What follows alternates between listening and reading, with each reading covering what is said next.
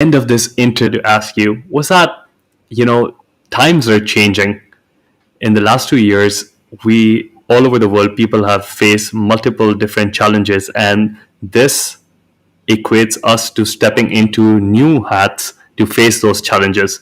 Now, for anyone who's listening, who's trying to navigate through maybe different challenges in their life, maybe different opportunities in their life, what have you learned in the past so many years of doing multiple things, which can probably help our audience? Like whether it is, how do you face adversity right, or how do you step in and take be the change, or adapt to change? What's your best life hacks? Yeah.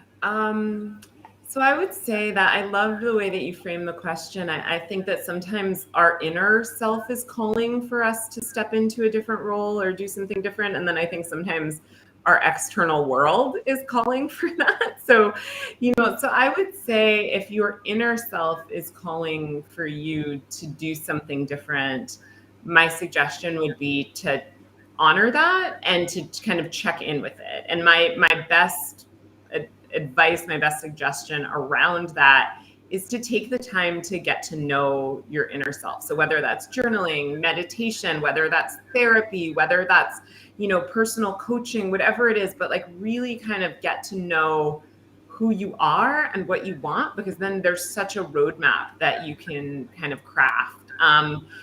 If life is calling for you to do or be something different, I think it's still really important to do that foundational work to get to know like who we are and what we want to do. But I also think it's something bigger than that, which is like for me, sometimes I ask the universe, like, who do you need me to be? What do you need from me? Because there's the things that I'm good at, that I like, that I enjoy, but then there's also, what does the world need? And I think that's how oftentimes people are able to monetize their contributions to the world. I think that's how you kind of move from personal passion to profession, and making something actually like a sustainable living for yourself. So I would say first get clear on like what lights you up inside. What are you going to be able to do for the rest of your life? What's going to get you up in the morning, excited about showing up? And then also, what does the world need? So for example, I'm a writer, always going to be a writer, always want to be a writer, love writing.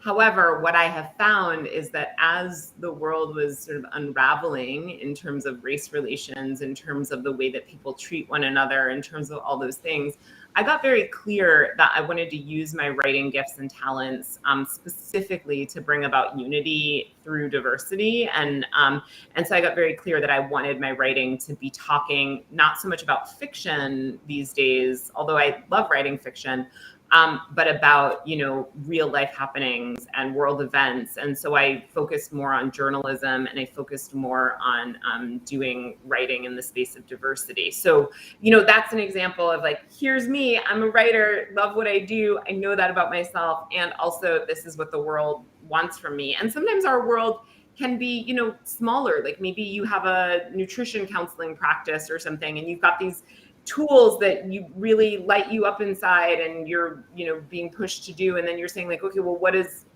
other people need from me? And you're noticing that you're attracting certain clients or whatever. And maybe you need to research certain things to be able to better help those clients or what. I mean, it doesn't have to be like global scale stuff that we're talking about, but just kind of focusing first on you, who you are, what you have to offer, and then who needs it? How can you show up and be in contribution? Mm. Thank you. Thank you for sharing that. And if you surprise, like, first of all, I must say that I love all the titles of your book. They are so fantastic. Like all of them, one, like your creativity just comes out in those titles, especially the yoga cocaine. I was like so curious to read the book. It's like, oh wow, I just wonder what is this all about. Yeah. And so thanks for writing all of those 20 plus books, 22 books. Uh, for anyone who's listening, it takes a lot in writing. I'm not a writer, but I'm working towards my book, and countless hours. Writing doesn't come naturally to me, but even when it does come naturally to you, I know that is so much of hard work. So thank you for all the hard work that you've done and shared all of your books with us. Now, let's put on your imagination hat for the last time while you're on this conversation. Yeah, I'm And glad you let's think, qualified it. So I was like, I'm not willing to put on my imagination hat yeah, for the last just for time, but this yeah, conversation, let's and let's imagine that I gave you a time machine. And now you could step into the time machine and then you can go back to your 20-year-old self.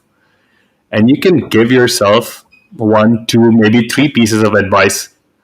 What would be those three pieces of advice, or like one piece of advice to your younger self, knowing all that you know right now? And I mean, you can't tell yourself to buy Bitcoin. I mean, you can, but not for this conversation. Yeah, right. Well, gosh. So I want to say that my 20-year-old self like would never have listened to me, right? Like just would Mhm. never ever have listened to me because she needed to make all the mistakes that she made. But I Well, wish if you I come out of a time machine, maybe she'll take you seriously. maybe she would. But I think what I would really want her to do was rather than trying to change herself, in order to be loved or in order to be lovable, just to love herself like as she is now. And I think that would still be my same advice to myself, now and 20 years from now and 30 years from now and at 5 years old and whatever. It's like just Mhm. love yourself as you are, now, today, like unconditionally, no strings attached, no if I do this, then I'll love myself. When I reach this, then I'll love myself. Like, no, just love who you are, fall in love with you. And not in an egotistical way, but like, I mean, I believe that every single person is lovable and has gifts and talents and whatever. And that sometimes it's the belief in our unlovability that makes us do unlovable things. So I think I would have really told myself, like, just love you, like just love you, and Thank let your you. actions be an extension of that self. So that would be my advice. She would have completely ignored me, but then she would have gotten to 37 and been like, yeah, you were right. So, No, thanks for sharing that. And I think it's a very good lesson for everyone who's listening. Just take some time and love yourself. It's however you are, whatever you are, however you are going to be, is you. Be proud of it. Love yourself. Thank you so much, Daralyse, for sharing your time, energy with us and sharing about so many things about your life. I certainly learned so much, and I'm sure the audience learned so much from you. Now, if someone wanted to get in touch with you, what's the best way to find you? oh, okay. So I'll give two ways. I have two websites that people can check out. One is daralyselyon.com, Hmm. DARALYSELYONS.com, and the other is demystifyingdiversitypodcast.com. And there people can find throughout those like all my social media, the podcast social media. There's stuff about all my books. There's ways that people can message me through the sites, and I love hearing from people. So yeah, DaralyseLyons.com or demystifyingdiversitypodcast.com. Amazing. Thank you so much. And once again, thank you for joining us today. I hope you have a great day. And this is me, CJ, signing out from the Shift with CJ podcast. Everyone have an energetic day, a week, a month, a lifetime ahead of you. Take care, everybody.